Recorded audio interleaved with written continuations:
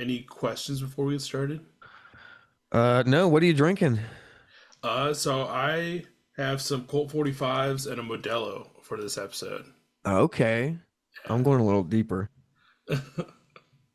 I got What the do you? what is it? The Return of the Lake Erie Monster. Hell yeah. Let's see. There we go. By Great Lakes. That's a 9.5 double IPA, 65 IBU. Good stuff. Yeah. I I've only mean, had one of these. I bought these, I don't know, probably like 4 months ago. So they're aged, we'll say. does that make an IPA better if it's aged or not? Uh, I don't think so. Fair. Probably worse. All right. IPAs I feel like are volatile. Yeah, like when you said double IPA, I can't. I don't know if I would ever be able to handle that. Like I can barely put down like a single regular IPA. Mm. I like them. They taste like gasoline. That's what I like about them. I mean, whatever works, I guess. Hmm. Uh, All right, so what I'll do is I'll count us down. We'll crack our beers. I'll do the little intro and bring you in, and then we'll just have a good time. All right. Cool. All right. In three, two, one.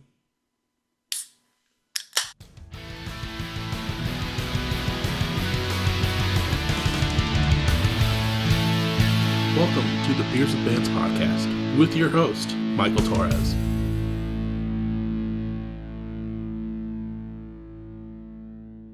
What is up, everyone? Welcome back to another episode of Beers and Bands. Very stoked on this episode, sitting down. I mean, we've been mutuals on Twitter for quite a long time, but now Yep. the time's finally come. I'm sitting Yep. down with Nick, aka Cacophony Kid. How are you doing? Yes.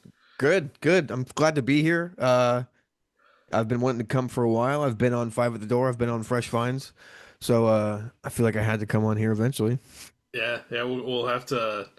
I don't think Chrissy or Ryan or myself have talked about what the people get when they've hit like the three of us. Because I think the only other person that's been on that's hit the three of us so far has been um Full Blown Meltdown has been on all three, and I Yeah. don't know what crown or what we bestowed upon them, but we'll have to bestow it upon you at the same time. Okay, I'll take it. Anything that me and Will can share, that's fine. Yeah. Also, shout out Will. I finally, for the Oh first time yeah. in a while, I did it on a couple of the other episodes you'll see as this one comes out.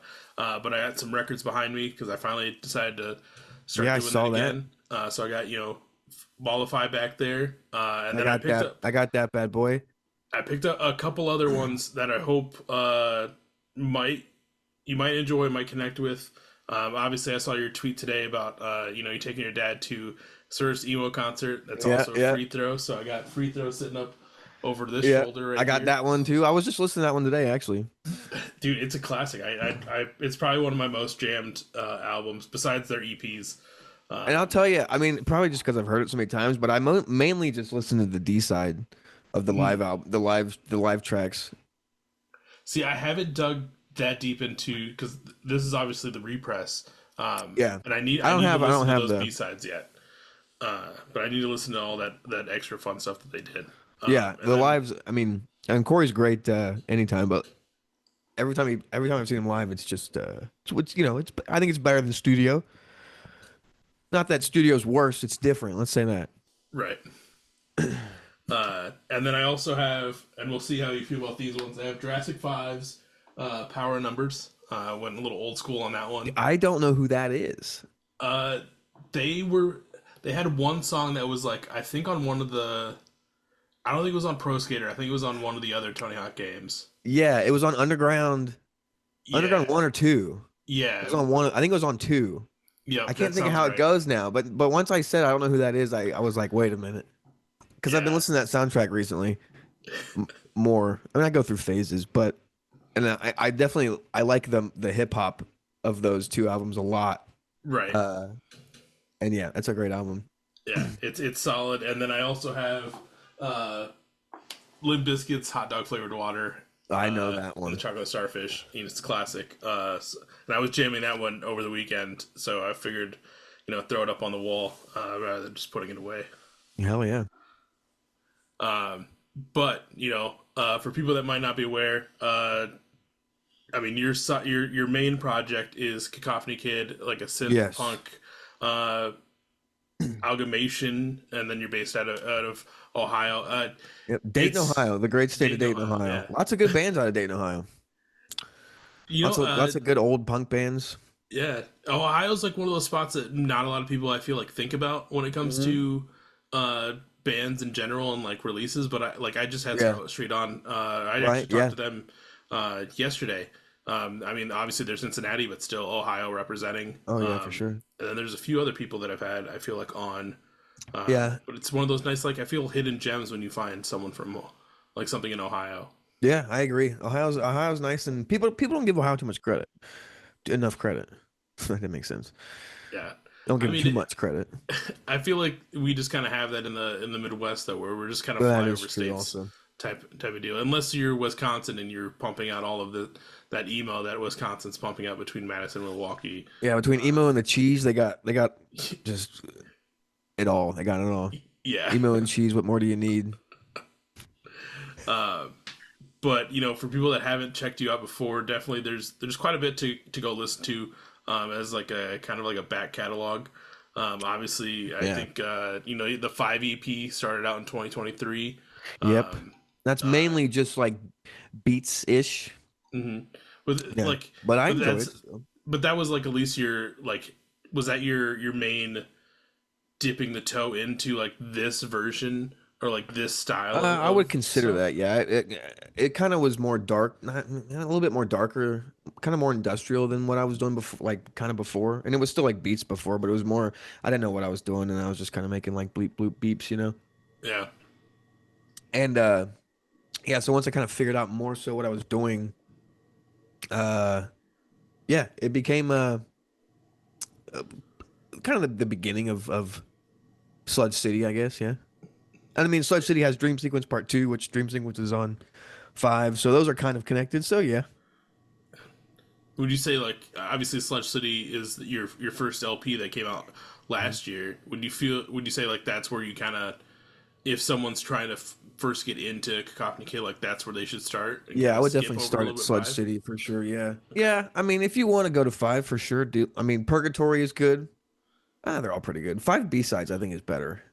Okay. That has what's it called? I can't remember what the songs are called. I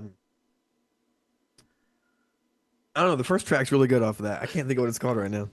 Off of 5 of B-sides. five B Yeah, yeah, sides. Hold on, I got it up on the sunscreen. Hold please. yeah, yeah, yeah. Because I think that's the one where I used a sample where he's talking about I doesn't use cocaine anymore, and it's just funny. I do not use cocaine. And like as I'm doing this deep dive into you and stuff too, like obviously like we mentioned, you're in Dayton, Ohio. How do Mhm. you find like I guess how do you find this lane of a genre?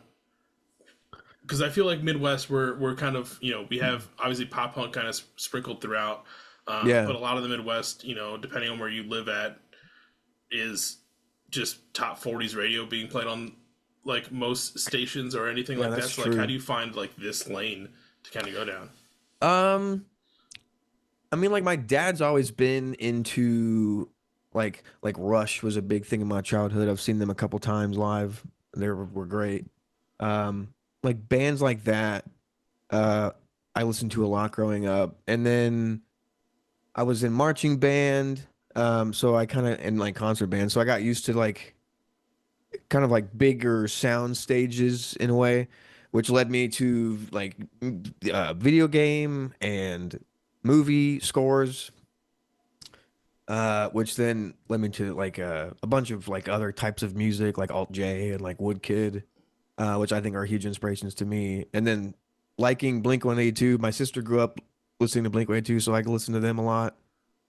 And then Angels and Airwaves is kind of a huge thing to me too. So it all kind of, I mean, it's all just childhood stuff, really. Yeah. And then listening to Free Throw growing up, and then getting on Twitter. and because the way I got into DIY was I think pretty sure Super Destroyer was the first person I followed in DIY, and then it just kind of went downhill from there. Yeah, I've always said that the DIY Twitter is, depending on the day, depends on how it's going to treat you. Obviously, there's a lot of Yeah, hot takes that happen. Thankfully, I work during the day, so I miss a lot of those. yeah. Uh, but then it kind of sucks because then I come into it and I'm like, what did I just miss? Like, It's someone should just give usually me a nothing, recap. to be honest. Yeah. Because what was the last one? It Sometimes was it's like, something. the last one was like something bullshit about about being a local band. It was Yeah, yeah, that one. like, I think stacking a bill and doing it Well, right. And actually, like, I think technically the last one was the merch discourse again about prices, oh, uh, which is a complicated topic in itself. Because like bands got to make money, but also I'm poor. Everyone's poor. right. No, yeah. Um, yeah, I mean, it's usually just a lot of people not knowing what they're talking about most of the time, Yeah, it's which is why I something. usually don't say much about it because I don't know what I'm talking about. And the only time I really say something is when I go, no one really knows what we're talking about, except for like two people. So it's Yeah. just all be let's all be nice. Actually, we don't all have to be nice. That's the thing. I don't know. Uh, but since Sludge City, you have released two EPs, Codex Yeah, and Yellow, that everyone should be checking out as well. But I mean, yes, the one of the main yeah. reasons you're on Yellow. I think today. yellow is really good. I was listening to Yellow the other day. I haven't listened to it in a while, and I was like, this is actually some good shit right here. Are you one that like kind of once something's out, you kind of like take a big step away from it? Like, how often are you Yeah, going back to listen to your I like own let it stuff? sit for a second. Yeah, Not like too long, maybe like a couple weeks, but I mean, I'll listen to it a few times, like right when it comes out, just to make sure I didn't upload the wrong track or whatever, make sure everything's okay. Um, not that I've done it before, but it can happen. And because I'm terrible at naming my tracks, so I'm kind of like having to fish for which one's which. But what was the question? just like how often you go Line, back, please. like Oh yeah, yeah, like yeah. once something's out. I mean, I listen to something every month or so. Yeah, Yeah, like I don't know. I don't really like if it's newer, I listen to it more, and then older stuff I don't listen to as much. it's fair. Because like me, once this episode's out, like I'll listen to it through the edit. I don't go back. Like Oh yeah, I can't no, force that's myself to go back and yeah, listen to and anything. that's especially different to me, just because I mean, longer podcasts, like yeah, once you edit it, you've already heard it 100 times. You're like, it's not, I'm not gonna go back and watch it. Yeah, it was weird because one time I found like early like unreleased episodes that I was like, oh maybe like I'll like go back and just modify this and just throw it out there as like a fun extra for people to check out or something like that. Right. And I started listening to it, and it was so this was like would have been episode like -1, like before we even recorded the first episode, and it Hmm. was just so cringe to like go back and like listen to like anything we were saying to the point where I made it maybe 5 minutes and immediately had to turn it off. You're like, all right, that's good. Yeah, I was like, oh, that Never one will mind. stay in the vault Yeah. forever. Never mind. Yeah. Maybe I'll check it back out in a year. Who knows? Uh, but those both came out in 2024 as well, which I got Yeah. anyone that releases multiple things in a year, I find very commendable. Like that's crazy to do. Obviously, did a full LP and two EPs. I know Yellow was only about 3 songs, but still to Yeah. drop all of that in 2024, that's kind of crazy. Like, are you always just in your mind like just thinking of new beats and like things to put together? Yeah. I mean, right now I've been working on like acoustic stuff more so. So I've been doing that a lot. And I just have a bunch of like little pieces that I haven't put together quite yet. Well, sometimes I have a couple demos done, but I don't know. Let's see. When did I came out in April? Slow Chitty came out in April. Uh, Codex came out in October, and then Yellow I came out in think December. yeah, What's that, like 4 months in between each? uh, Well, not October and December, but that's probably like six. I think 6 months, yeah. something like that. A Terrible time at frame. math. Yeah. Uh, If that you can even quantify that as math, I don't know. Um, but I guess it is a lot. I never really thought about it. I mean, I feel like I take breaks. Like I'm not. I feel like I'm not working on anything right now, but I am. I'm not like recording anything uh substantial. I have yeah. ideas. I know what I'm going to do. Um, I did actually just record vocals for this other project that I got going on. I don't know what it's going to be yet exactly. But it's with somebody else on Twitter, not Nosebleeders. Um, I don't know what it's called yet, but it's gonna be. I think it's gonna be cool. Oh yeah. So I recorded some vocals for that today. But other than that, I haven't been really working on anything else definitively. Yeah. Yeah, but there's always things popping up whether you're working on things in a concise manner. There's Right. things are always kind Yeah. of So the yeah, gears are something's always always turning in at some my point. in my head. Yeah, Yeah. for sure. Yeah. No, yeah. That's I mean that's cool cuz like and then it gives you a chance to kind of I feel like release some things while you're still working on like the big picture cuz obviously, Sledge City being a full LP and then Convoluted being another full LP. Yeah. You it's nice to have like those little peppered moments in there to kind of just not weed out the things that you don't want to include, but like kind of Yeah. freeze you up in your mind to kind of be like, okay, like I got this, I released this as like I got that out of my system type deal. So now like I can fully flush this out in its own Right. And way. that's kind of what Yellow was. Because like after Sludge City, I lost the iPad that I made. I didn't like lose it, but I don't. Uh, it is not with me anymore. Um, that I made Sludge City on. So I then I got a new DAW. So I had to learn that, and I did Convoluted with just my guitar and my voice, and just some free plugins to like change my voice and stuff. So that's all like acoustic stuff. And then I got more plugins, and I got like a Kai Mini MIDI controller. So I was just kind of so Yellow was kind of like a not like I guess like a test a little bit, just to kind of like get back into what I kind of was doing before with a new DAW and just kind of learn the DAW. So that's kind of what that was. I mean, I've like that's where's it going with that one? I feel like that's a good way to do it. Especially like obviously you had to take time to kind of flush things out before jumping into Convoluted. Mm. Um, when you were doing like testing all that stuff out and like kind of flushing out Yellow, like how much of Convoluted was kind of already showing itself or being ready to be in the mix? Um, none. I don't believe. I think I made the first song I made on Convoluted was Doppelganger. And I think I made that. I made that not too long after Yellow, but it was not before or during Yellow. I didn't really have a Hmm. LP in mind yet. I knew I wanted to kind of continue Sludge City, but I didn't want it to be like a carbon copy, Yeah.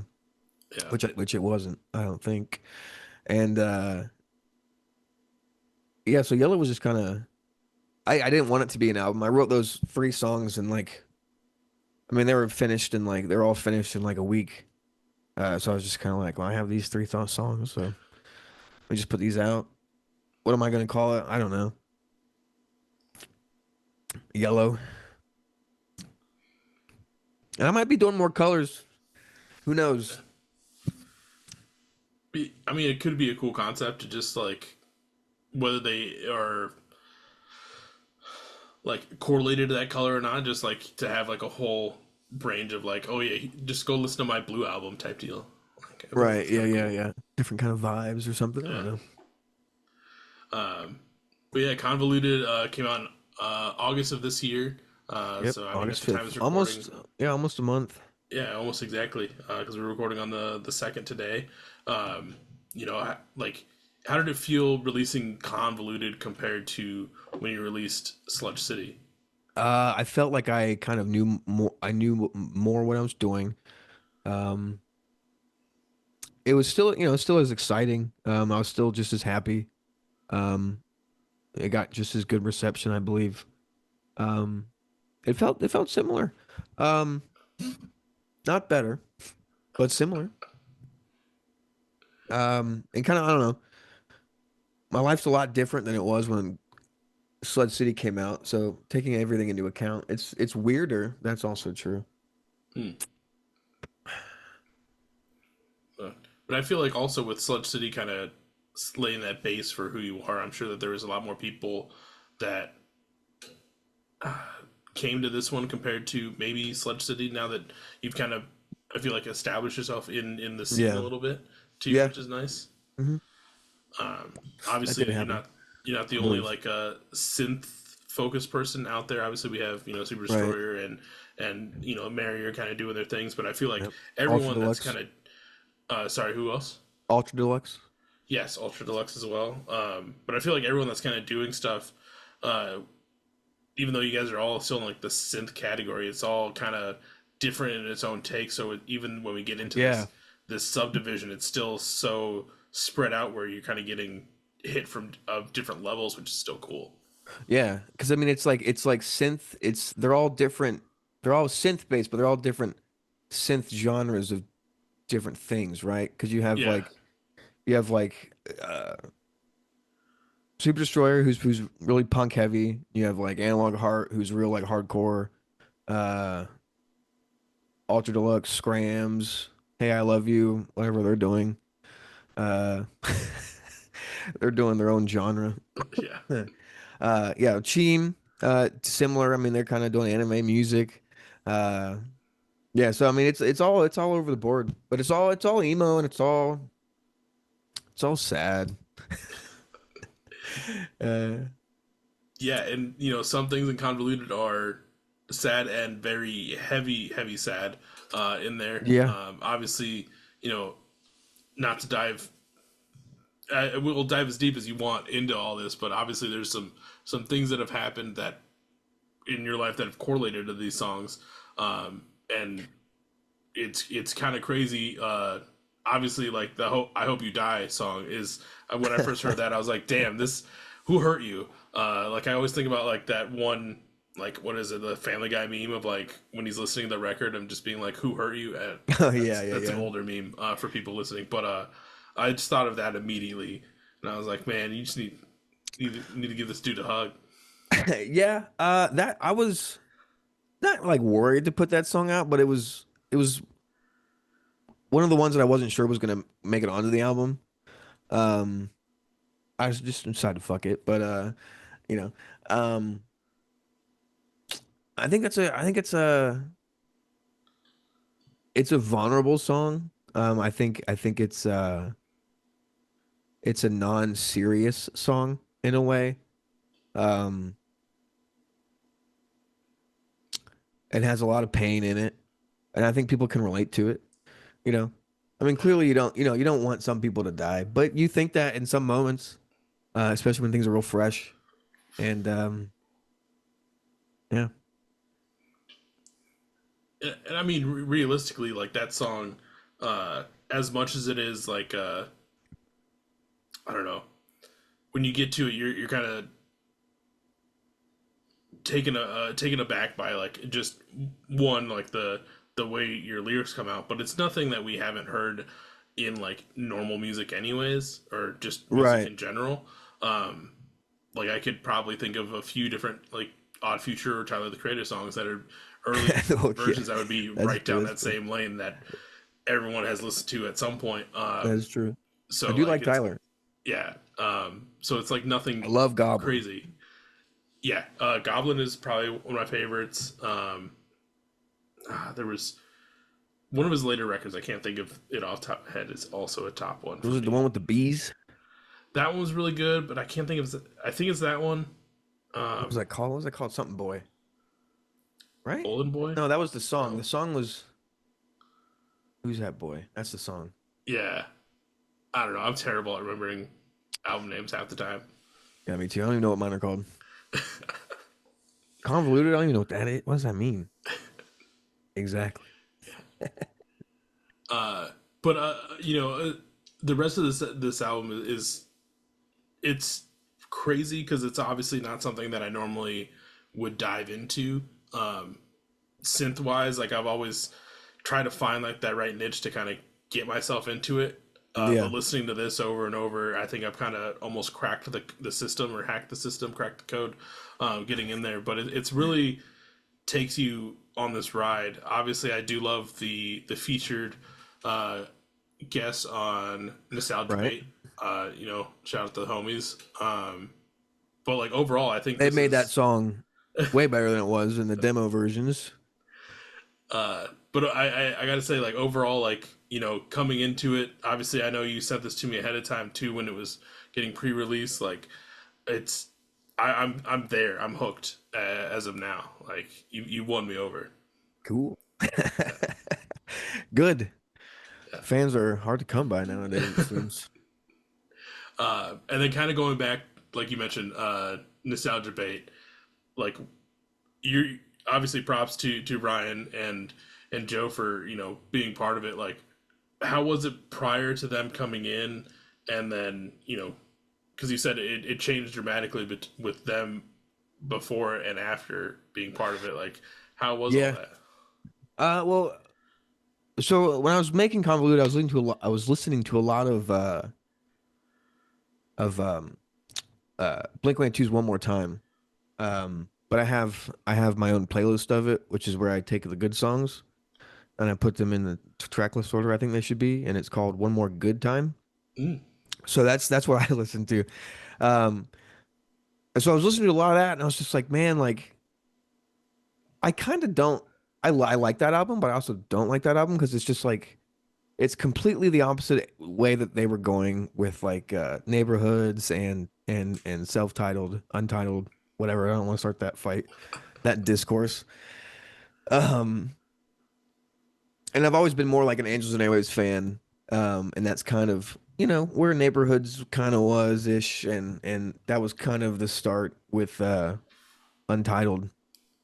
Um, and so I kind of was mad when it came out. Edging is a terrible song. That's not on the good time playlist. Um, but there are some bangers on there. I can't resist for too long. I held out for like a year. Um, well, maybe more. When did that come out? Like 2023, That sounds 2000, about right. a year of our Lord, 2023. So maybe like 2 years, I guess. But not that it matters. Uh, so I just kind of made that song because I was like, I want to make some shit rip off because like they kind of ripped off themselves, like the way I kind of see it. And so I was like, and I tweeted this too. I was like, if Blink-182 can rip off Smash Mouth, then I can rip off Blink-182. So I just kind of made a Blink-182 song. And some of it, I mean, some of it, little pieces of it, you just take it right out of One More Time in certain songs. I think it turned out really good. And it was from the beginning, I knew I wanted Joe on there, because of the way that he sings. Sounds more like Tom than I do. And then it sounded okay with like the synth guitars that I had, but I wanted it to have real guitars, so I hit up Ryan because I can't play guitars like that because it's at 200 BPM, and it's all 16th notes, and I feel really bad for what I made Ryan do, but because it took him not that it's bad, not that I'm complaining, but it took him a while to get it back because he was just like, man, I've got to start at like 150, 180, then I got to move my way up, and so I do. Sorry, Ryan, if you're listening. I know that was a pain in the ass. I did think about dropping down the tempo, but I said no, I can't give in. Um, and then yeah, he mixed and mastered it because I tried, and it ended up being like maybe 40 something tracks, which is like almost about double that what I usually have, and it just got too thick, and I was just like, man, I need somebody else to do this. Like it sounds like shit when I'm doing it. And then so he mixed and mastered it, and it sounded great. And I think it's my favorite. It's one of my favorite songs off the record. Yeah, I would agree. Like the whole, No, I think, hang your DJ, hang your DJ, hang the DJ, Invasion of Silly Street, and that song is like a crazy 3-track run. Yeah. Also, I did see you had posted that someone added "Hang the DJ" to a playlist. Yeah, So that was sick. which is And funny because Hang the DJ, the the title and the sample at the end is from the show Black Mirror from the episode Hang the DJ. I can't remember what season it is, like season three maybe. It's one of my favorite ones. It's like a simulation deal. It's like a Tinder fucking simulation thing. It's really weird. They break out of the simulation in the end, whatever. Spoiler alert. I shouldn't have said that. It's old. Okay. It's like season three. It's expired. Um, but like that, there's a song in that uh episode that's I can't remember who it's by. I think it might be the Smiths. Probably not, but I'm gonna say sure. It's not called "Hang the DJ," but that has that line over and over and over in it, and that song was not in the playlist, and I was very upset. So I was like, the whole song that my song's based on isn't even in here. But that is funny, and I did love that. I don't even know. I don't know. I think that's just a random person too that I don't even yeah. know, which I love. Well, They're just because sitting like there the name of searching the up. playlist was something. I don't remember the exact. It Here, was let something me. also about like kill your DJs or something like Yeah, that. let me see what it is. Playlists. POV, we're murdering the DJ. that's, that's what it is. It's gotten 4 streams off of that one, from that guy. And it's funny because with that song, that's I think "Hang the DJ" is my favorite song because it has a lot of like, to me at least, boxcar racer influence. Like that part was like super like, I guess that's more Angels and Airwaves. I can't think of what song that is, but anyways, uh, so it just like it was a really good song to me, and so I'm glad it's getting its love from whoever that is. Yeah. And then speaking of sound clips, obviously there's the one you just mentioned in "Hang the DJ," but then there's another one at the very end of the record, at the end Yeah, of "What Goes Up," talking about like player, right? Player or user number, resident blah blah number blah, resident number. 018244. Yeah. What Crazy. is that from? So that was a Texas speech thing that I did. Uh, and then 0182 is obviously Blink-182, and then 44 is plus 44. So Hmm. that's my possibly my I'm not gonna say my because I don't want to anyways, resident number for Sud City, and that might unfold later. I don't know. I don't know. Who knows? Who knows when So it we get was that far? so it's more in there as like a tie back to Sludge City for people. Yeah, a tie back to Sludge City and kind of like a cliffhanger, I'd say. Yeah. I love what goes up. When I got the idea to reverse all the songs at the end there, like fast forward, reverse through all of them, I was like, that smart. Because I don't remember. It was a while ago. I saw somebody like talk about how they love it when albums can like loop, Mm, yep. and I wanted my album to be able to loop. Um, and I was like, well, let me just what's it called? Rewind. There we go. Mm. I was like, let me just rewind it then, and then we'll just start over again. No, I think it works because when I was listening to it today, especially like when I got home and I was listening to it on my computer, like what goes up would end and it would go right into, I guess it was going into Dysphoric Mania, not Doppelganger like I thought it was. But even that was still flowing fine enough where I was so just entranced by everything that I thought it had started over. Also because like when it's talking about your resident number, I thought that was like I got to that part. I knew it was at the end of that song, but then also in the moment, like it feels like it's the beginning of a song, like welcoming you in at the same time. So like, when it just Dysphoric Mania, like I just assumed like that was it, even though I'd listened to that song already through the album and it wasn't there before. But Yeah. yeah, And what I think is interesting is, in my opinion, I think every song, besides like the instrumentals, every song could be the opener of the album. hmm Um, Especially "Hang the DJ." I think that would be a great opener. But I think Doppelganger, I think the way I did it is good. But I think I think so. No matter where it replays back from, it kind of sounds like the beginning, Yeah. except for maybe uh,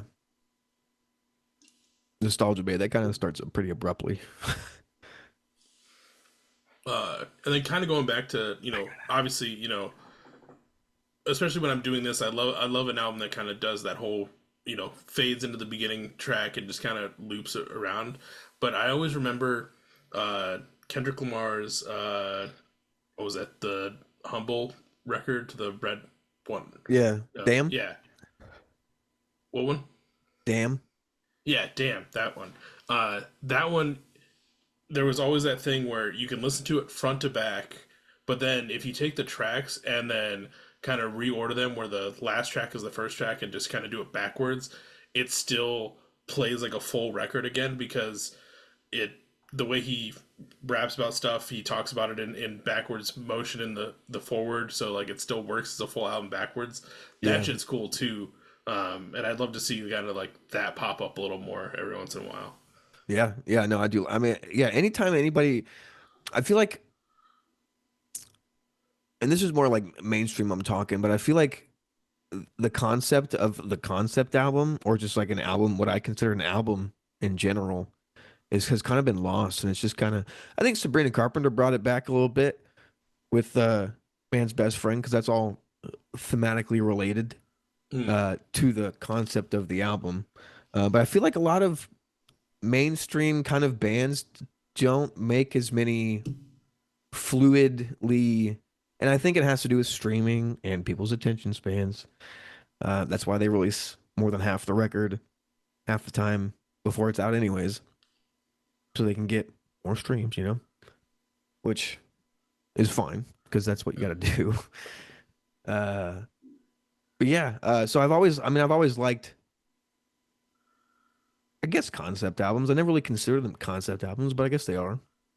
Sludge Yeah, City definitely is. It's based I on a always whole felt like, freaking D&D uh, thing, kind yeah, of. I feel like there's like album, and then when you get into concept album, like it needs, like there has to be like almost like a storyline throughout.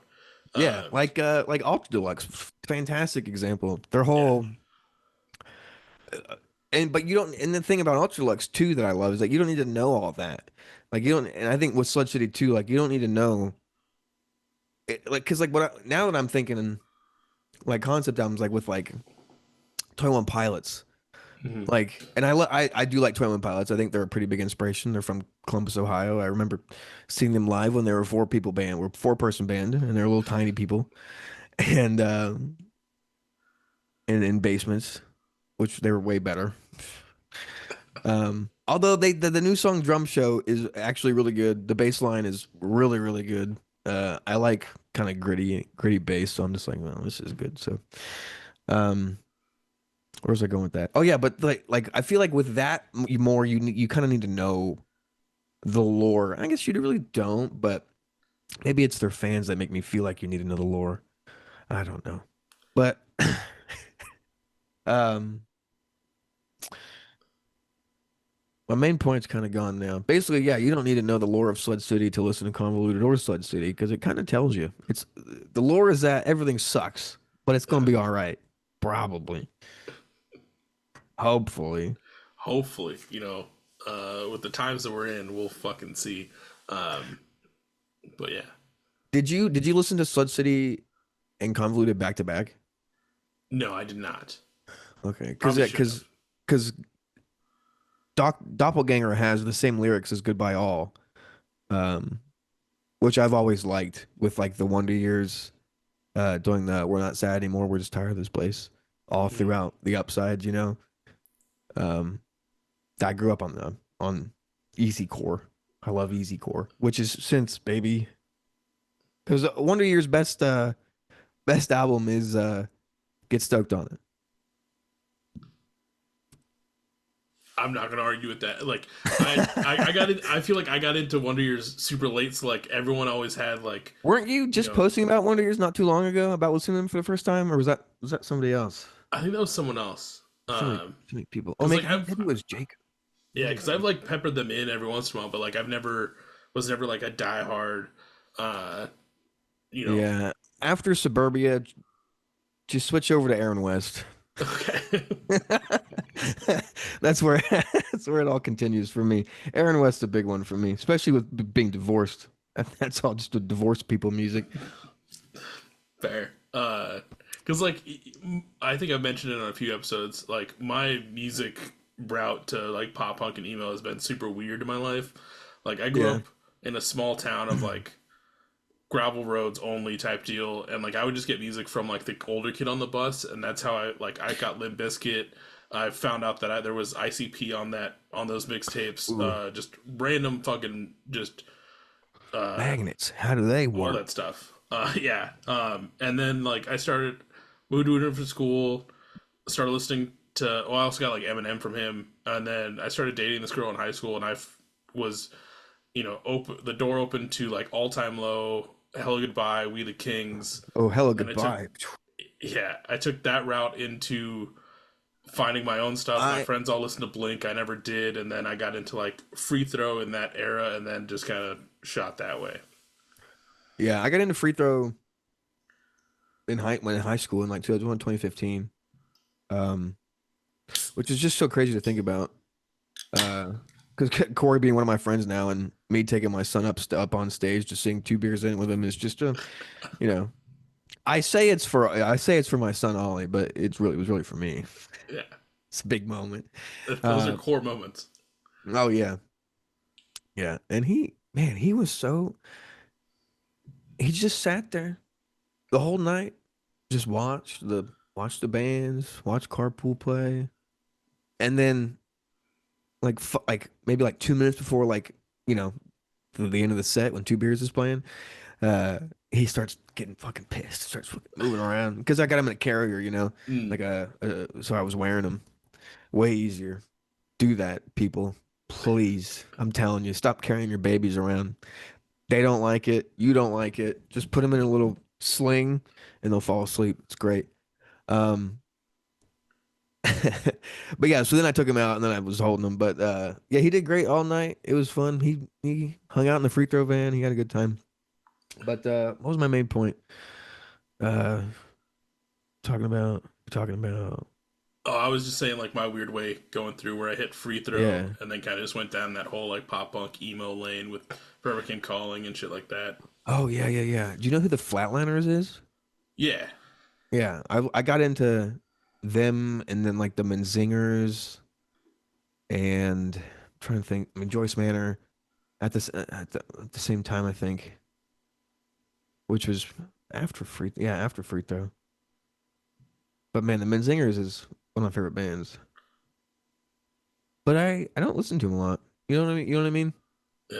They're one of those bands that like I'll love them to death forever, but I don't. And I think their new albums okay. Yeah. No, I know what you mean because like I think I mean Counterparts, The Difference Between Hell and Home is probably like one of my favorite records ever. Hmm. But I probably listen to Counterparts maybe a couple months or times a year. Like I don't listen, Yeah. like I'm not fully like listening to them. Same with like Such Cold's my favorite, like one of my favorite bands, and I lately I've been listening to a lot of their early EPs again. But like even then, like I'll have to remember to go listen to them half the time. Right. Yeah, that's one of the hardest parts about just listening to music in general. I feel like at the kind of the way that you do and the way that like I do of like, having a lot of people that I know that make music and then but I also have like things that I want to listen to just anyways. And just having to struggle like juggle all this music is it kind of sucks. Yeah, And there's like stuff in the scene that just haven't checked out because I just haven't gotten around to it. I mean, it's the same way with like TV shows. Like, there's so many TV shows I don't want to watch, but I just keep watching The Office. Like, yeah. No, I can't help dude, I it. feel you so hard because like it's crazy. I sit down with all these people. Everyone's got new shit going on, and I listen to Yeah, it and all everyone's like always leading up got to the episodes. crazy good just shit coming out. I'm just like, Yeah, that's just fucking so much good music. I don't even know what to do with it. and then I still get in my truck and I go to drive to work and I still put on like the same like comfort albums every fucking time. It feels like if Yeah. I'm Are not like you leading up to an episode. Right, right. Are you a playlist guy or are you an album guy? I'm more of an album guy, and then but like once Same. the album ends, like and it does like its own like curated playlist from there. Like I'll just let that go because it ends up I being the turn that same shit that I off. listen to, anyways. I don't know why. I mean, sometimes I'll throw in like your top because I use Tidal, so they do their playlists are kind of crap. So I kind of only listen to like their generated playlists. Um, I think it's because they don't use AI yet. Hmm. I know they don't yet, but we'll see. I think the I love only Tidal. actual like playlist that I actually listen to, I'll check out like my new music playlist that Apple gives me on every Friday, and then I listen to this. Not to shamelessly plug, but I listen to the Sad Jams playlist when Hmm. that drops like every Monday on my way to work. I That's also for listen to pretty. Sad Jams playlist, and I love just being on the Sad Jams Yeah, playlist. that was sick seeing you on there a few weeks ago. Yeah, I got on there for Sludge City too, which that surprised me a lot, and that was really nice to see. Uh, and I mean, so far I had a lot. I had not a lot more, but I had a couple more reviews for Sludge City, which was nice to see. Um, just to get other people's thoughts and people, a lot of people got it, without.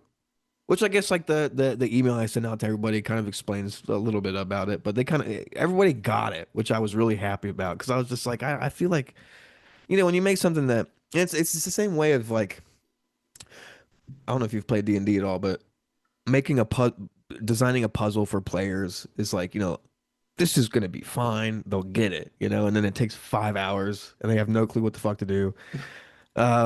So I was hoping it wasn't gonna be like that, but it seemed like everyone kind of, and I don't think I was subtle in my what it meant exactly, but I kind of made Celeste City to be a little bit painful to listen to in certain parts, like a lot of feedback, a lot of just like kind of out of tune, not tune, out of time drums, um, and just kind of mashing the keys that I didn't know what I was playing. And like that's the thing too of like people are like, when you gonna, will you ever play a live show? And it's like I don't know what notes I play. I don't know what Mm, I did. Um, I kind of just fuck around with shit until it sounds cool. And I've definitely learned a lot. I can't exactly articulate it, you know, yeah, without learning. And I feel like a lot of people like Ryan is he has huge knowledge and all that. And I think I have good knowledge, but I just don't know what everything's called. I think that's the problem. You know what I mean? So I'm like, I know how to do this, but I don't know how I would describe it or what that action doing to the EQ is called. Like a sweep, maybe? I don't know. Because but I've I had a lot did. of people. Sorry. Go No, ahead. keep yeah, no, keep going with your I thought. was just saying I've had a few people just be like, "How do you get this sound? How did you do this?" And I'm like, I don't remember it. I have ADHD. I don't I don't know. I don't have that, again, I don't have that uh, iPad anymore, so I don't have the files anymore. Right, so I you'd actually almost have to like lost. relearn it all by ear, if that, like to Yeah, try and and to even I figure it can't out. do that. Yeah, I can't hear notes like that. I c- it's depending. I think I do more than I give myself credit for, but um like I can't tell you if it's like a D, but I can tell you if it's right, I guess. You know what I mean? yeah, yeah.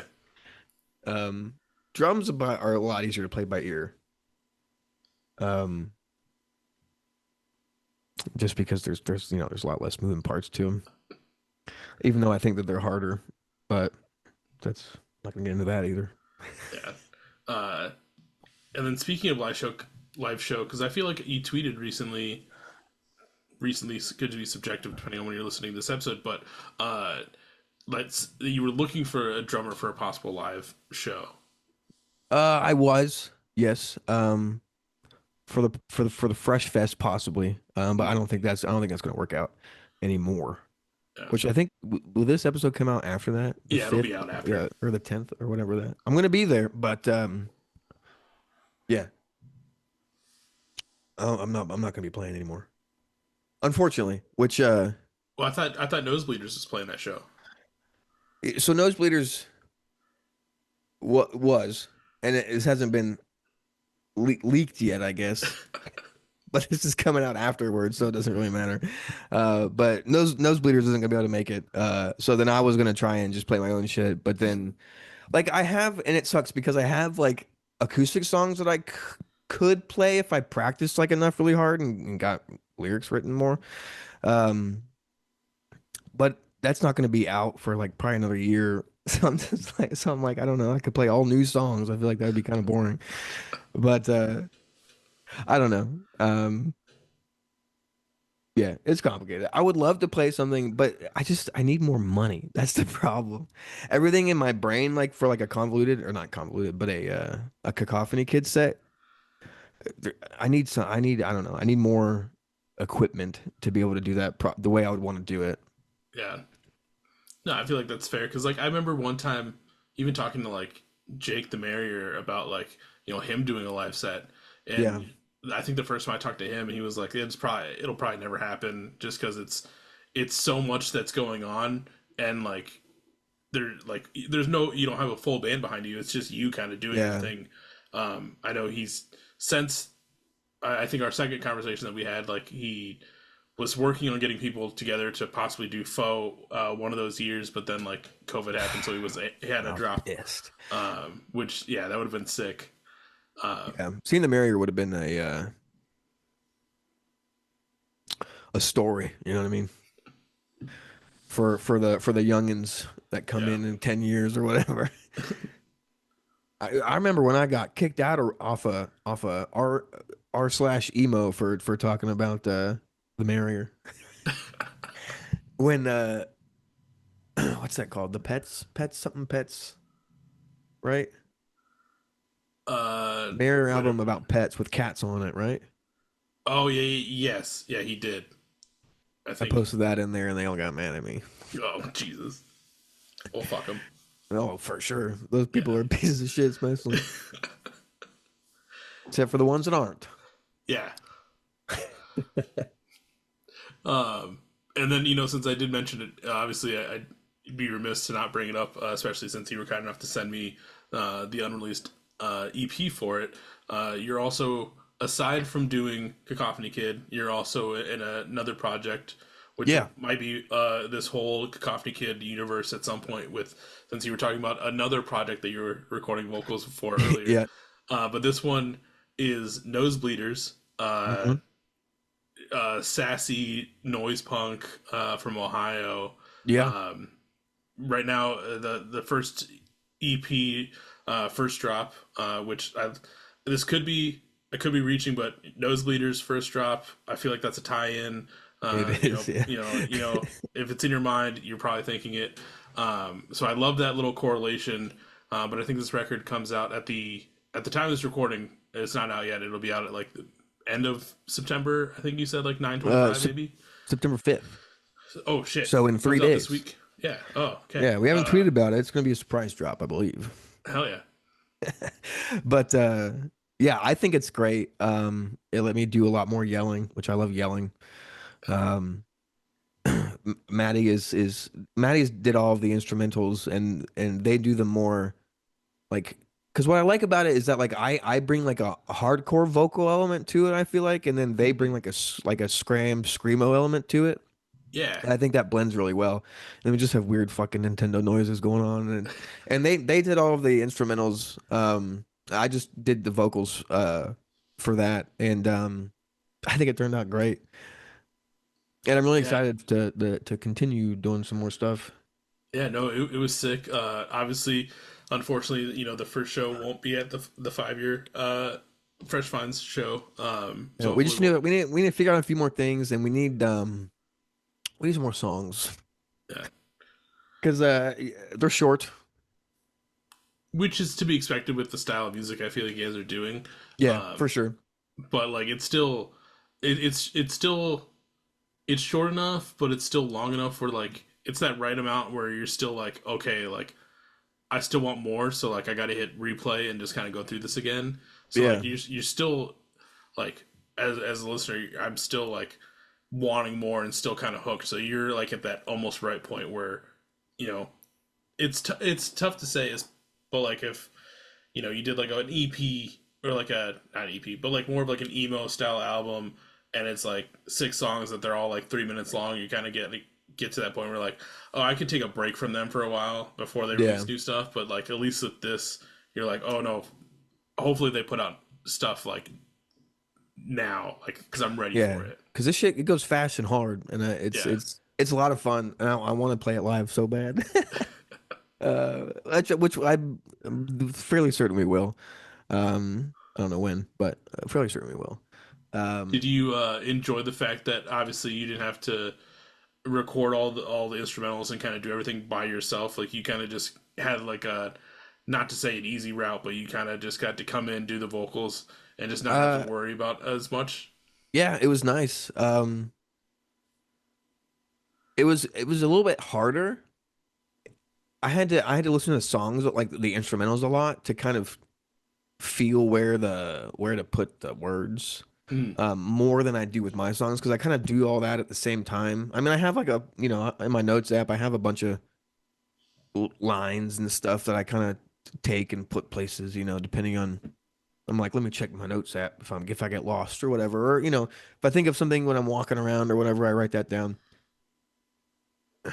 And usually, whenever I write something down that's words, it sometimes usually has a melody with it, and I usually don't forget it, which I found pretty interesting. If I remember, if I look at the words, the melody comes back, which is really nice because I'm not gonna re-record melodies. And that's also the problem with I have a lot of like recordings of like guitar parts. I never go back and listen to them. mm. And like part of me is also like with like even like setting reminders for something. Like if I set the reminder, I don't forget about it then. I don't need the reminder, but that's because I know the reminder's there. You know what I mean? Right. Yeah. Yeah. Yeah. So it's I feel like that might be kind of the same thing. Um, what were we talking about? You not having to. Well, Oh, the right. question was like, you not having to worry about like the instrumentals. You Right. just It had was to do harder. that, Right. but it Right. It was was still hard. harder in Yeah. kind of like the long run. Yeah. And just because I didn't hear everything separated, right? It Hmm. was just this. I mean, I mean this in the night, or I mean this in the nicest way possible. It's just like it was just a bunch of noise to me at first, right? Where I'm just like, I don't know what's going on in this song. It's just a bunch of crap, not a bunch of crap, a bunch of stuff. But then, after I listen to it for a while, and I kind of can like focus in on what's actually going on, then I kind of find the melodies, and then uh the subject matter kind of comes with the sound and just cracking the beer open. And I got Yeah. look at that, the Fresh Finds podcast. Hold on, let's Sick. get this Fresh Finds podcast. It's another 9.5. Probably don't need it, but we're gonna go with it. Who cares? This is beers with bands, right? That is true. um Beers with solo projects. You should start a yeah, you should start a spin-off where it's just you drink one beer and if it's just a solo project. One beer with solo projects. Oh, that's a good head. You see that? Ooh, that is nice. Well, anyways. Yes, Nosebleeders. Very good. A band that I would listen to. Why wouldn't I join it if it wasn't? And yeah, I've always liked hardcore. I don't listen to like a bunch of hardcore all the time. I was listening to Bane today. I love Oh Bane. hell yeah. Have that on vinyl. And I really enjoy yelling. I think I have a good yelling voice. Yeah. And I think that my yelling on this, because I don't call it screaming, because I'm not really it's because I can scream too, but it's a different thing to me. Um, I think my yelling on this EP is the best it sounded ever. Yeah. Hell yeah. Like yeah, there is definitely a difference between someone screaming and yelling for their records. One thing that I've always regretted in my life was never really smoking cigarettes, so I never got that raspiness to have a good like hardcore scream. There's been moments where like I've done a Is decent that what one. it is? I didn't even I I don't didn't know. even really think I about that, but I also I feel like if you smoke cigarettes, you sound good enough to like sing like sad emo shit too. So like Yeah, I I mean, missed out on that too. I But always do like smoke weed before I always smoke a joint before I record vocals because I think it sounds better.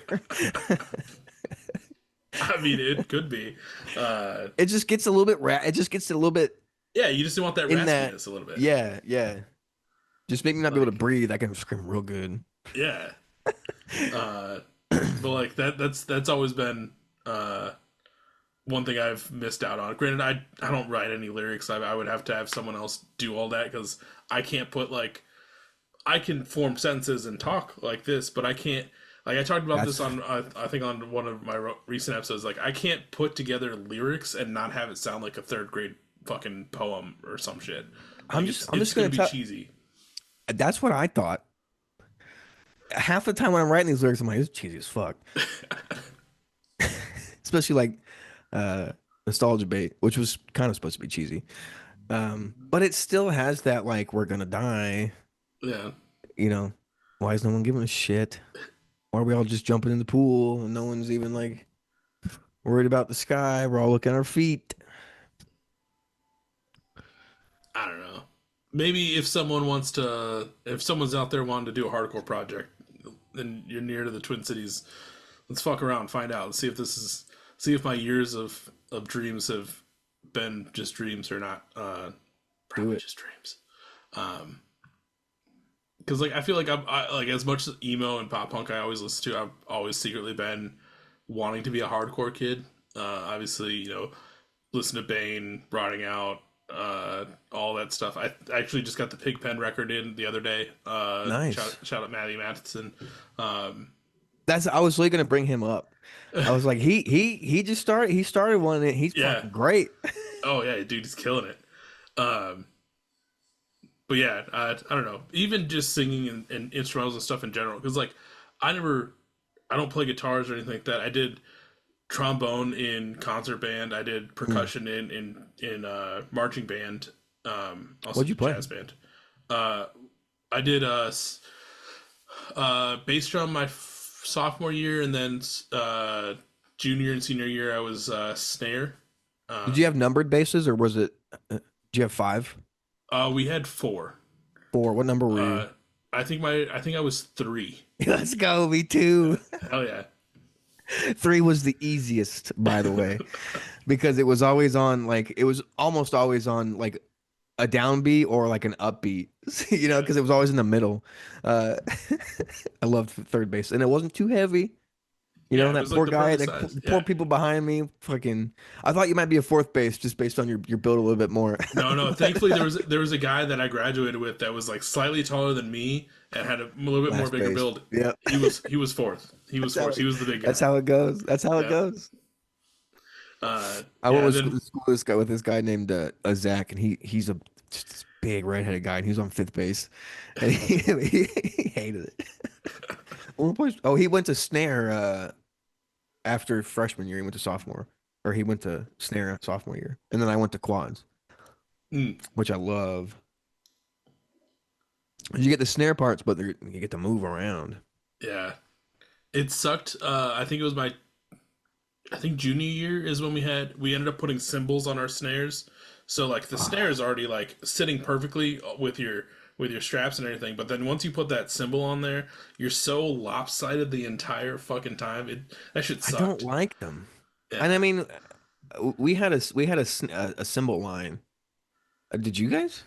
We had no, we were I went to a small Okay. school, so like Okay, I want my. How many people were you in your band? probably at that time maybe 40 people, if that.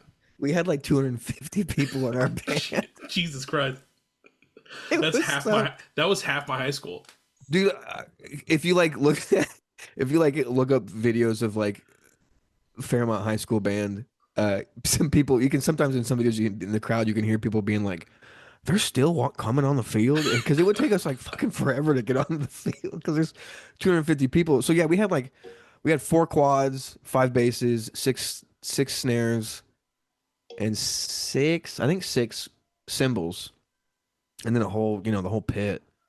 Um, and then just everybody fucking else, and then color guard. We had color guard Oh too, yeah. which I'm not gonna. They sucked. Okay.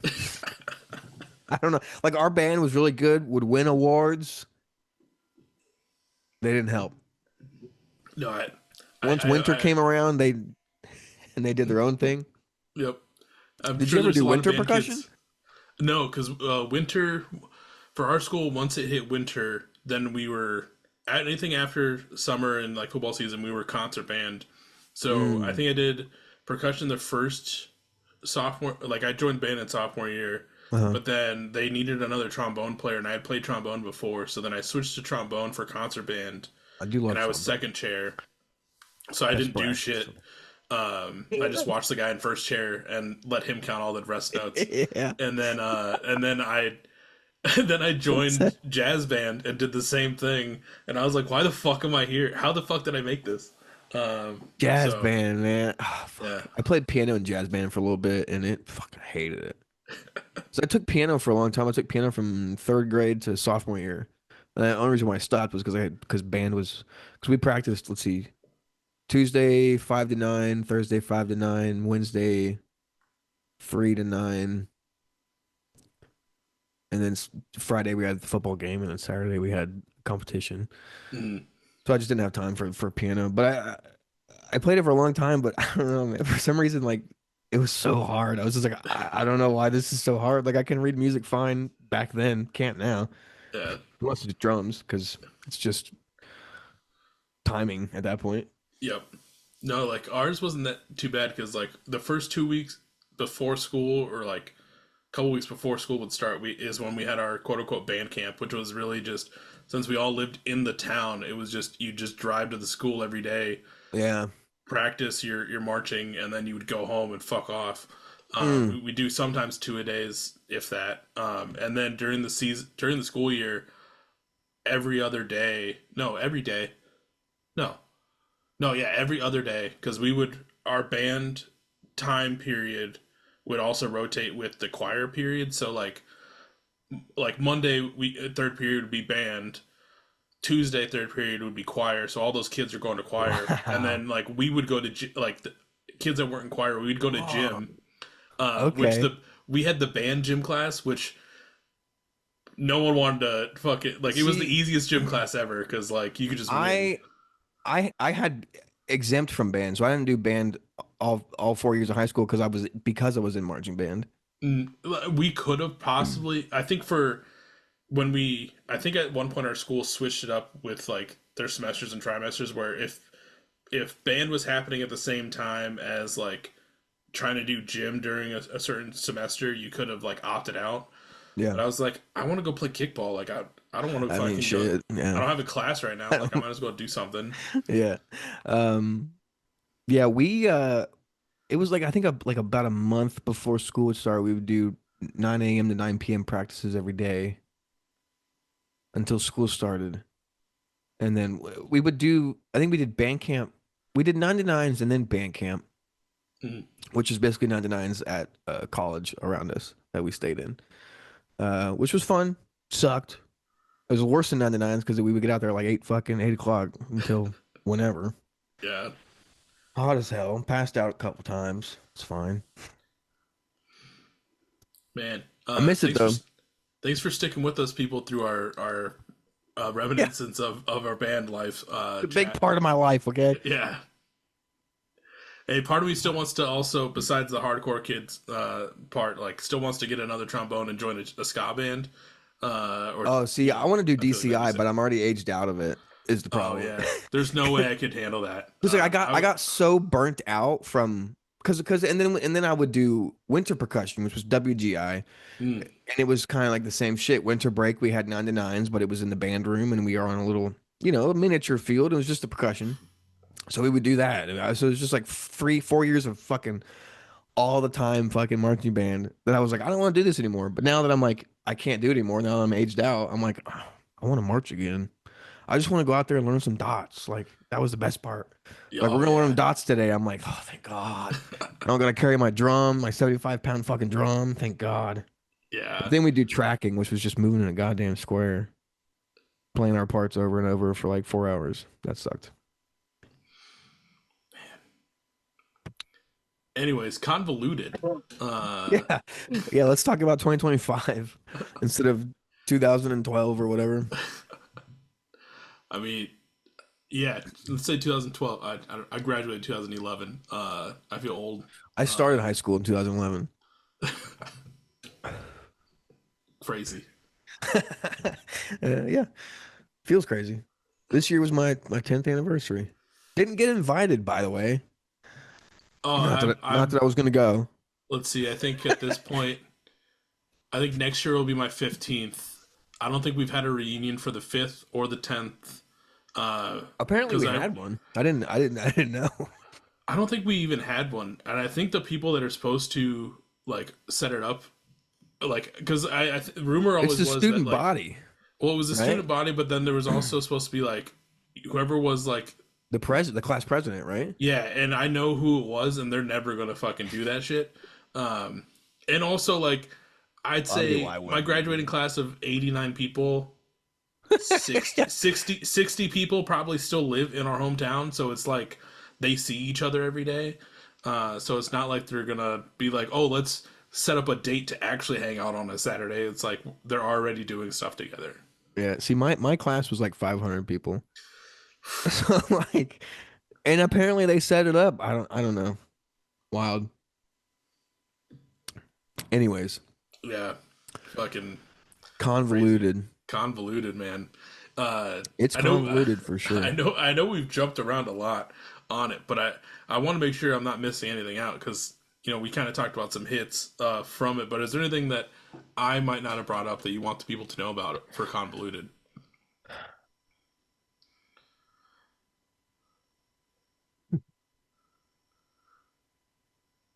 Um, Not really.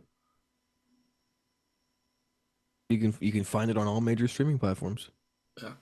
Yeah, I think everyone should go listen to Convoluted.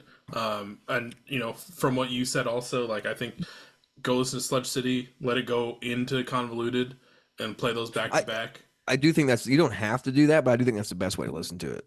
Yeah, Especially with the immediate callback from the last song with the same lyrics, which is only like two lines, but still. but it's still something because like I remember Yeah. even when Emway did, uh, I'm gonna forget all their EPs, but when they released the first EP and then they recently did Double Bind, uh, there's a callback in Double Bind to that EP. So I remember I listened to both I those love back to it. back because I was like, all right, I gotta fucking do that. So now I know it's on my list that I gotta listen to Sludge City and Convoluted back to fully get the I feel like full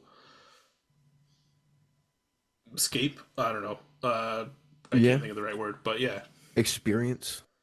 Yes. The true Sludge City experience. And if you want to go deeper, you got to listen to Sludge City, then Convoluted, then the 3 hour D&D podcast that I did that is set inside of Sludge City. And the because I made Convoluted to be the main reason why I made Convoluted was so that I could have music to fall asleep to that I made, right? Mm. That was kind of like my first like uh because I've never played guitar. I'm kind of learning now. So all the guitar is, I'm kind of that's kind of why I made Convoluted was to kind of just get more comfortable.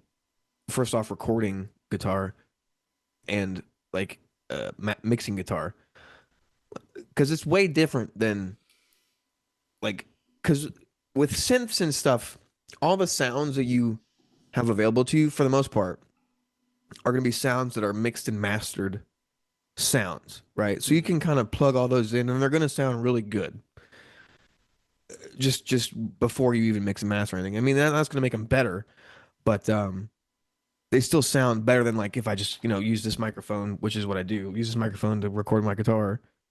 I have to do a lot more work to those. So like learning that was interesting. I do want to end up getting actual uh like electric guitar or electric acoustic guitar so I don't have to use my microphone so it's a lot cleaner. Um but yeah, so I made that to fall asleep to and then I was like, well, the way I created Sludge City was kind of the way exact same way I create a D&D world because I DM a lot. So I kind of I go into situations in the creative sense in terms of like a world builder. So once I had the word Slud City in my brain, I was like, well, what's this city look like, you know?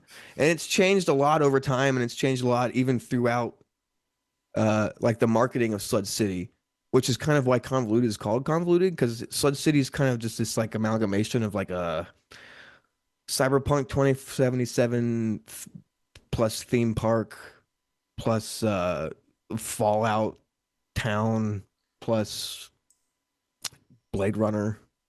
Um, because it started out as like an amusement park. Uh, and then it kind of morphed into just a more full city. And then yeah, I did the D&D campaign because after I made the codex, I was like, well, what's the story behind all this? You know, what's this go to? So I did that, and I'd like to do more. If I did do more, I might switch over to Cyberpunk Red game instead of D&D, just because it would be a lot more, on theme and easier to. I wouldn't have to change as much stuff, you know, to make Right. it more modern.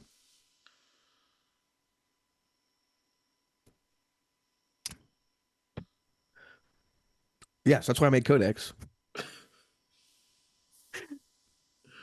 Uh, but yeah, everyone should be listening to Convoluted. In general, like I think there's a lot of for people that might have been like me, where you're not big into like the synthness. Like I think there's a lot in here still that you can find that will be something to tie to. Yeah, I definitely agree with that. Like And it once you gets kind of get through it, I feel like kind of get through the first couple songs, and it'll open itself up to you in the yeah, right way. it evolves. It gets less synthy as it goes, I feel like. And then it Yeah. kind of gets a little bit more at the end with like Death of the Critical Thinker, which is I love that song. Yeah, but like yeah, because it does open up enough to kind of bring you in, and then be like, "Ha, psych! Here's a little bit more." But by then, you're Yeah. already like kind of so used to it, you're just fine, and you're like welcome to it, and you're like, "All right, hell yeah!" And then you start it over again, and you're like, "Oh, I can understand and feel like the first initial songs how they were supposed to be felt." Once you kind of get used to it, which has been great. Yeah. Yeah. You're correct. I agree with that. It's a astute observation, Michael. I try. Yeah, push him up. But yeah, everyone goes to Convoluted. Uh, as we start to wind down here, I got one. This has been a great. I feel like introduction to both of us. Obviously, you've heard my voice quite a bit. I've heard your voice through the recordings. Yeah. But to get to finally do this, I think this is Yeah. one for the books. I think this is a great conversation to have as our first full conversation for this. We didn't even talk about cryptids. That's true. So we're gonna have to probably do a whole part two at some point. Like, I got mine ready. I mean, we can hit some high notes right The now. Kentucky Goblins, Yeah, 1955. I didn't even know about the Kentucky Goblins. Now I gotta do some things. Because the one that I always think of, and probably like my favorite one, obviously they have a movie that came out afterwards. Mothman. Oh yeah. Um, I you know, I literally was just in Point Pleasant not too long ago. I went to the Mothman Museum, went to this really great hot dog place. My mom actually they have swings. They're called oh shit. Called like like something heaven swings. And mm, they have them all throughout West Virginia. And we went to the one there, and she fell off of it, right? Like her and her sister were swinging. Me and my her and her and my aunt, her sister, were swinging on it. And the funniest thing, because me and my son were walking up to it. We were like 30 yards from it, and in my brain, I was like, because they were having so much fun, dude. Like they were just giggling like kids, and I was like, man, it'd be really bad is if that like either broke or they fell off. And then I looked at my son to like just to see what he was doing, And I looked up and they were fucking on the ground and I'm like, what the fuck? And she had cut like her finger wide open here and wide open here. jeez, I have no clue how it happened, like what it cut on, And dude, she had to get what 32 stitches Jesus in both Christ, these fingers. And we were in West Virginia, like 3.5 hours away from Ohio. And we're like, and she rode the whole way there. Wait till we get home. It was a lot of fun though, and she's a good sport. She always loves a good story, so Yeah. she was fine. She wanted it to Man, that's scar funny. worse than it did, actually. It's badass. Mm-hmm. She's on half bad. Uh, yeah, there was well back to the Mothman. Like there was a point in my life when I was like, I had to been like fourth or fifth grade where I found out about it and then like read the book and just was like super hyper fixated on the Mothman. Was like just googling that shit all the time. Yeah, I still actually haven't seen the movie, which at this point in my life I don't know if I really want to. It's probably gonna be a letdown. But probably. yeah. Just watch Jeepers Creepers. It's a better version Oh of god. that, in my Oh, opinion. That's like that. That's what it reminds me of the most. Is Jeepers. Jeepers Creepers reminds me so much of the Mothman legend, and it's a so better Mothman movie. like I had mentioned earlier, I lived in a town growing up that like maybe 100 people in this town, Fucking gravel look just roads, like that. like all yeah. And there was like I would go to my friend's house. He lived like only like 2-3 blocks away from my house. Uh Ride my huh. bike over there all the time. But there was this one abandoned house on this one block that like always boarded up, just trees around it, just super fucking creepy. We broke into that house at one point, which was that's a whole nother story. But like, Urbex, I love Urbex here. yeah, and I was like 10. It was great. Broken into a lot of places. But like we for some reason watched Jeepers Creepers at his house, and like I was like it was by the time the movie got over, like it was dark and nighttime, and I was like I got his mom to just give me a ride home, like the 2 blocks back to my parents' house, because there was no way I was gonna ride my bike anywhere near that fucking You're house. like, dude, he's out there. I swear. Yeah, I'm like, nope, not happening at all. And rightfully so. I could probably would have never made it home. Who knows? Yeah, who knows? When I'd be having this conversation. Yeah, Crazy. Another victim of the Mothman. Jeepers Creepers, whatever. yeah. Uh, Have you heard of the Frogman out of Loveland, Ohio? no. Oh, the Frogman. I mean, that's pretty much it. Okay. I can't remember exactly which like lake is he's supposed to live out of, but he lives out of a lake in Loveland, Ohio, and he terrorizes the community. And he's a frogman, and he's awesome. Interesting. Not Okay. as famous as the Mothman, which Not yet. I think Frogman was Youngstown's answer to Mothman, because Youngstown is more east than me, because I'm on the southwest side of Ohio, uh, and that's way more east, closer to Point Pleasant, excuse me, and stuff. So they always fight. Hmm. The other good one that they got a hockey team named after him, New Jersey Devils. I feel like Hmm. that's always you always hear crazy stories from that one as well. Yeah, yeah, and the Kentucky Goblins, like I mentioned earlier, was so 1955 Kentucky. His family, uh, they see what I can't remember what his name. Billy Ray. That's right. His name's Billy Ray, and I remember that because Billy Ray Cyrus. Anyways, his name's Billy Ray. He sees this goddamn something in the sky fall and crash and shit, and he goes into the house and he's telling everybody, and no one believes him. They go out there, they're looking for like smoke, there is none. And then later, they see in the woods this like light, right? Not like a flashlight, probably maybe like a lantern, maybe or something. And as it gets closer, they notice it's two eyes, and so they go inside and they grab their gun and shit, and they spend the next like 6 hours tearing their house apart with bullets, like shooting at these things that are popping in their windows, popping in their doors, and they say they hey, the white skin, huge round eyes, pointy freaking ears. Everyone says that. I mean, skeptics say they're owls, probably. Um, but they spent the next like 6 hours shooting at these things, and they spent over 100 casings in their house. And then afterwards, they went to the police. Police came, nothing was there. And then when the police came back a couple of days later, the family had left and moved because the Kentucky Goblins have came back, and were terrorizing them, I guess, again. So they left. And then years later, they apparently they live in like the mines, like deep mines of Kentucky. Apparently years later, this guy, it was like 2013, uh, had kind of like the same story. And he tracked it back to he had a old mine on his property where he believed that they were coming out of, and he collapsed it at the end of the day. But yeah, some weird shit, some alien goblin kind of shit. I mean that whole region of the states, Oh, especially when you get like really in Appalachia and oh all that God, stuff. yeah.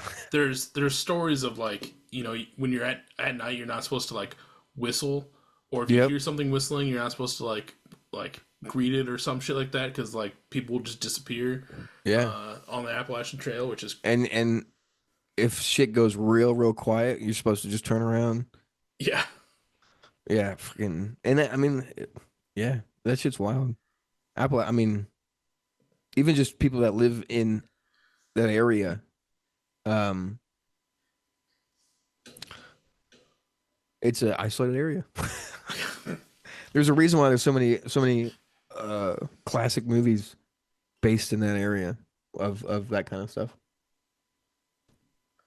Yeah, that whole area, all those people themselves can be cryptids, like Yeah, I mean, I would consider that cryptidness. because there was like a documentary that came out a few years back of just like a family that lived in like somewhere in those hills, and like I think there was might have been a lot of inbreeding or some shit. I don't know. You Shit, talking about the blue it got skin weird. people? Oh, there's that one, but then there's another one too. I feel like, um, yeah, shit's crazy in Yeah, those hills. and the ocean. Yeah, That's the real. That's the real outer space, in my opinion. And if aliens are real, by the way, they're not coming from space. They're coming from different dimensions. That's what I think. mm, Because space travel is so hard. at least for us. Right. Not that I think that maybe dimensional travel would be easier, but maybe. I don't know. Depends on what kind of beings they are. Fourth dimensional True. beings? Shit. I don't know what they do. You ever seen Interstellar? All those cubes? Oh yeah. I don't know. If anything, I Fucking think they great. were here. They were Huge. I here mean, already, and then they again, just dipped to go out. back to music real quick, Hans Zimmer, huge inspiration to me too. I mean, Inception, Interstellar. What else has he done? Chappie. That's actually what. Have you ever listened to the Chappie soundtrack? No. It's like some chip tune, crazy, classical, like weird stuff, and it's so good. And what's the song called? On Five. It's like the chip tune esque one. Something break meltdown. Uh, Cosmic on Meltdown yeah. off Five. I made that to be I so when I made that I Logic had just put out a new pack like sound pack that was all 8-bit stuff. So I was like, I'm gonna try and remake this Chappie song, and then I made that, and that's what that ended up being. So Chappie's a great soundtrack. Terrible movie, great soundtrack. But Hans Zimmer, and I mean even like Harry Potter, like just listening to that stuff too. Lord of the Rings, um, that all influences uh, Cacophony Kid. And have you ever heard? Do you know who Wood Kid is? No. Do you know? You ever play Assassin's Creed? Yeah, or the early ones. Okay. Do you, did you watch? Did you ever watch the E3 trailer for the Assassin's Creed Revelations game? No. So maybe what was that? Like 2012, maybe 2013, maybe that came out. I can't remember. But Woodkid did the music for the E3 trailer. Not did the music, but they used Woodkid for the E3 trailer music. And I was like, dude, this is like some weird classical, like lots of break drum in there, still singing. And I looked him up, and then that's kind of where I get the kid part from. Is Mm. the kid part's from Woodkid, and then the cacophony is from Blink-182, the song Cacophony, off of what was that Cheshire Cat? Yeah, because I love Cheshire Cat, and that's kind of how I bridged it to the gap of like classical esque big soundscapes with like punk influences. Okay. Yeah, I figured Cacophony was from Blink, but yeah, it's now I know where the kid's from. And the kid's also from Roswell Kid. Oh, okay. They're a great band. I don't know if you've ever heard of them, but Yeah. great, great band.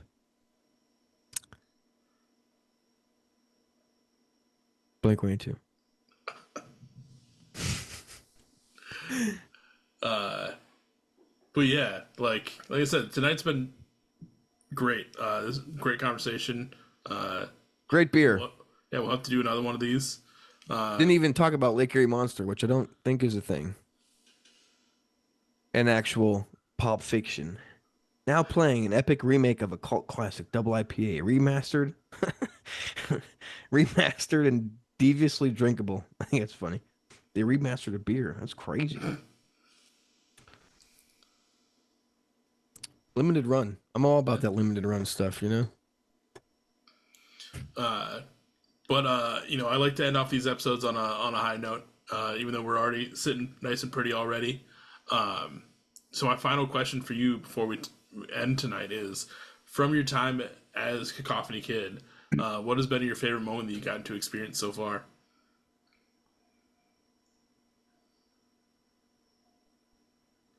Wow, that's a good question. Cause I never thought I'd be doing any of this in 2020 or whatever. When I started making music. Cause I started making music cause my ex-wife had gotten an iPad and it has GarageBand. Yep.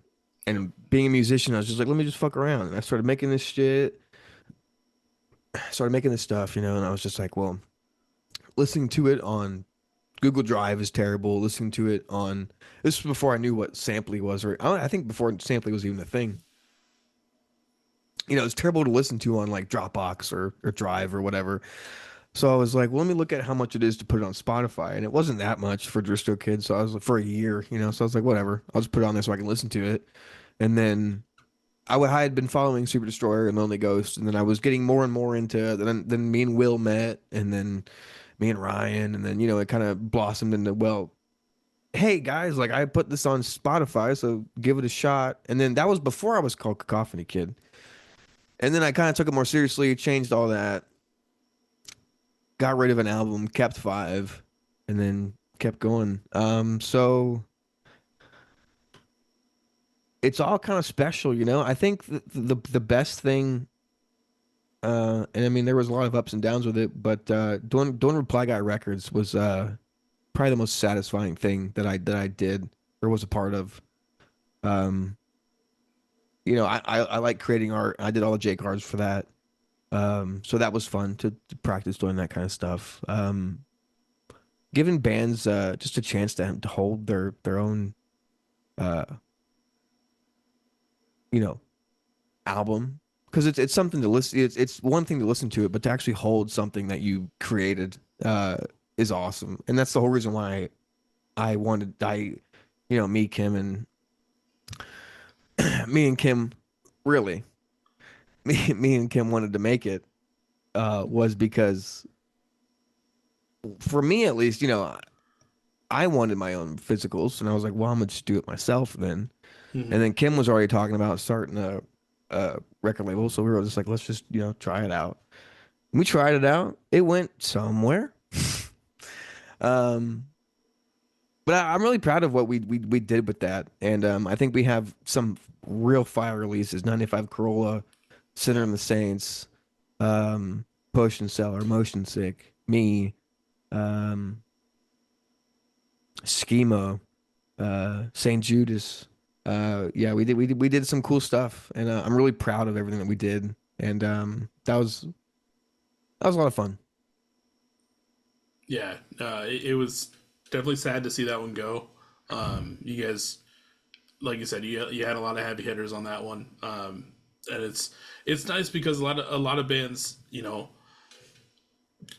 don't ever think that they'll ever get to have something physical to hold in their hands. Right. Obviously, everyone's goal would be getting like a vinyl, but even having tapes, that's a huge milestone. because Yeah. like we grew up with CDs. Like Yeah. it doesn't feel this it doesn't feel the same to hold a CD compared to a tape or an actual vinyl record. And that's what's funny is like because like Will the other day was like, should I do vinyls or should I do CDs for LP2 the other day? And I was like, a lot of people are saying CDs, man. I just think CDs are kind of whatever. But that's because that's what I grew up with, and because for me it's vinyl, tape, CD. Because I like and CDs obviously are gonna sound the best fidelity wise, but Hmm. I like the especially with Sludge City. Like I always imagined Sludge City on tape because of that crackle and the not quite perfectness of it fit well with Sludge City. So I always wanted it on tape. So I'm glad I have it on tape. I just think that the warmth of the tape and vinyl is what I like a lot, which is what Yeah. everybody says. The warmth of it.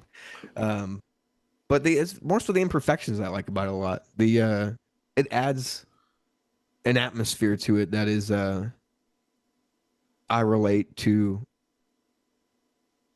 horror movies a lot, and I love horror movies. It's just got especially with Sludge City because that's kind of how I Sludge City's on a happy place, you know. So it gives that more grittiness to it, which I like a lot. Yeah, I mean, there's a reason I have my records and my tapes out on display, and my CDs are in a cabinet where no one can see them. Like they I don't don't have display the same CDs. either. Like Yeah, they're just there. Uh, yeah, and like I just like big hunks of plastic. I don't know. I mean, even like I love disc golf too. So like I still just like love big chunks of round plastic. Got so much of those between vinyls and disc golf discs. I got probably too much plastic that one man should have. yeah, I feel that. But hopefully I never get rid of them. Never go to the Uh, landfill. yeah. Um, but yeah, that's a solid moment in your Cacophony Kid career. I feel like you know, whether it's Reply Guy Records and everything you guys were able to accomplish, but then also just like almost like the not the full I don't know if this is the right term, but like fully coming out of your shell and like putting this stuff out there that's not just on SoundCloud. You're like fully Yeah, embracing who this persona is that you are as Cacophony Kid. yeah, and even like with like doing features and stuff. Like I've been doing a lot more features. I have a feature with Fresher B2. I don't know if you've listened to him at all. A little bit, Um, yeah. yeah, yeah. Brainiac on that song. I am this should be out this month. If you listen to the I know the single's out, but the Designated Hitter Sports. Did you listen to that song? Yeah. No, not yet. Oh, okay. So that's Sinner and the Saints singer slash I don't know exactly what Brant did in that band for recording, you know, processes, but it's basically new Sinner and the Saints, basically. And I love Sinner and the Saints. They were one of my favorite Reply Guy releases. I listen to them all the time. And it's good to have new music that's from Brant. And I'm featured on one of those songs on the EP. I love doing features. And any artist out there listening, I will do them for free. I don't care. I don't. I'm not. I already have. I've already accepted that I'm not going to make a lot of money off this thing. Okay, so if you need designs from me, if I know you, it's free. If I don't know you, it'll be real cheap. Same with features, because I like at the end of the day, I like doing it. I like making like J cards. I like making the art that I make for my um because I did the convoluted art. Obviously CC did the yellow, which you should also hire CC before you talk to me, honestly. Um, and then I did Lonnie from Nightmare Beach did the main picture in Sludge City of like the kind Hmm. of city, but I did everything else. And then obviously I did every besides the like splits that we did with Reply Guy. I did all the just Reply Guy releases. I didn't do any of the splits like Brown Maple or Schema. But yeah, I love doing that. And I just like doing it. I like yelling. I'll yell in your song, no problem. Tell me what to yell. or I'll write it. I'll even write it. I don't care. Oh yeah. It's DIT at the end of the day. Do it together, in my Yep, opinion. that is true. DIY is dead. Uh, if anyone's looking for merch, music, or Cacophony Kid in general, where can they find it? Twitter. Um, yeah, Twitter. Yeah, just DM me. Yeah. I live on Twitter. Too much. And then Um, obviously Nosebleeders. If people are looking for that and wanting yeah, to go find Nosebleeders that is also music. on Twitter. I feel like the at's kind of hard. Oh it's no, it's not. It's Nosebleeders, but the O is a zero. oh okay. It's less. The email is what's different. Yeah, the But email's anyways, the one that I looked at. yeah, Yeah, yeah. yeah. Nosebleeders, zero. The O's a zero on Twitter. September 5th, first drop. Which yeah, I do. I remember I texted Maddie and I was like, "Hey, what if we called it first drop?" You know? And they were like, "Oh my fucking god!" And I was like, "Yeah, that's pretty good, right?"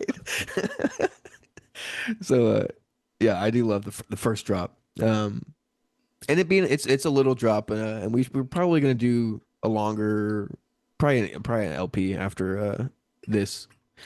Um, and then I have maybe by the time this is out, I don't know if that'll be announced at all, but I do have something else, some other projects that I'm doing. And then yeah, I'm working on a bunch of other stuff too, even if it's just up here. Acoustic EP, uh, some more colors, a follow up to because and that's the thing is that I want to make music that's not in the main continuity of such city. You know what I mean? Hmm. Of that world, which is kind of what Yellow and following things will be, and like mostly EPs are going to be unconnected. You know what I mean? Yeah. And then LPs will be connected. Okay. So far, I might change my mind. Well, depending on where you found this episode, whether it's Facebook, Instagram, Twitter, Blue Sky, or you watch the YouTube version, you got to see Nick's lovely face like I did tonight. Check the hyperlinks down below. Go follow Cacophony Kid on all the socials. Be ready for new music, new merch, uh, Hopefully, merch. I'd like to do merch. uh, possible merch. I have a There's one couple. I I have a one I normally couple. say I can't think of. A couple ideas. You know, I did think about selling hot sauce for a while, but that's too Oh yeah, complicated. I I think. had that on my list of things. You've been doing hot sauces. I think that'd be kind of cool Oh to do. yeah, Yeah. yeah. I'm really into gardening, and I grew a lot. I mean, I grow a lot of peppers. So I had some habanero peppers I grew, and then a bunch of cayennes. So far I've made and then jalapenos too. So I made chipotles.